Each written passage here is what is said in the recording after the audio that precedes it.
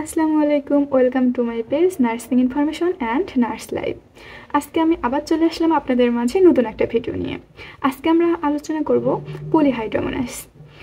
পলিহাইড্রোমোনাস কি, পলিহাইড্রোমোনাসের কারণ কি, আর এবং পলিহাইড্রোমোনাস যে এটা আমরা কীভাবে বুঝবো। ফর এক্সাম্পল, একজন মা আমার কাছে আসলো, মা 27 উইক্সে, তো তারা আমি ফান্ডাল হাইট মেজারমেন্ট করে পাইলাম 28 বা 29 উইক্স, মানে জেস্টেশনাল এজের তুলনায় অনেক বেশি। তো এক্ষেত্রে আমরা ধরে নেব যে পলিহাইড্রোমোনাস। আর পলিহাইড্রোমোনাস দেখলে আমরা বুঝবো যে স্কিন একদম টান টান এবং শাইনি হয়ে আসে। এখন আমরা জেনে নিই যে পলিহাইড্রোমোনাস কি। যখন হাইড্রোমোনাসের পরিমাণ এক্সেস পরিমাণ হয়ে যাবে, সেটা পলিহাইড্রোমোনাস। এটা হতে পারে 2000 ml এর বেশি। যখন অ্যামনিটিক ফ্লুইড হবে তখন আমরা বুঝে নেব পলিহাইড্রোমোনাস।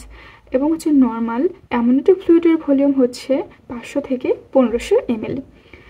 এখন আমরা জেনে নেব পলিহাইড্রোমোনাস কী কী কারণে হতে পারে। পলিহাইড্রোমোনাস হতে পারে প্লাসেন্টার কিছু অ্যাবনর্মালিটিসের কারণে। প্লাসেন্টার অ্যাবনর্মালিটিসের কারণগুলোর মধ্যে আছে যদি মাল্টিপল প্রেগনেন্সি হয়ে থাকে, সেক্ষেত্রে পলিহাইড্রোমোনাস হতে পারে।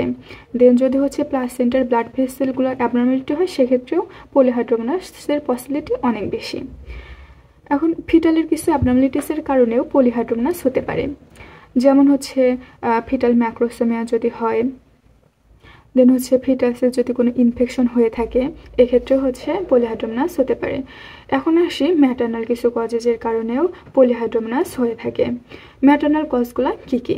ম্যাটার্নাল কজগুলোর মধ্যে ফার্স্ট মেন কজ যদি ম্যাটার্নাল ইনফেকশন হয়ে থাকে। ডায়াবেটিক্স মেলাইটাস হলেও হতে পারে, হাইপারটেনশন, এবং মায়ের যদি প্রি এক্লাম্পসিয়া হয়ে থাকে, সেক্ষেত্রেও পলিহাইড্রোমোনাসের পসিবিলিটি অনেকাংশে বেড়ে যায়। আর আমার ভিডিওগুলো যদি আপনাদের উপকারে আসে, তাহলে পেজটিকে ফলো দিয়ে সাথে থাকবেন। আসসালামু আলাইকুম।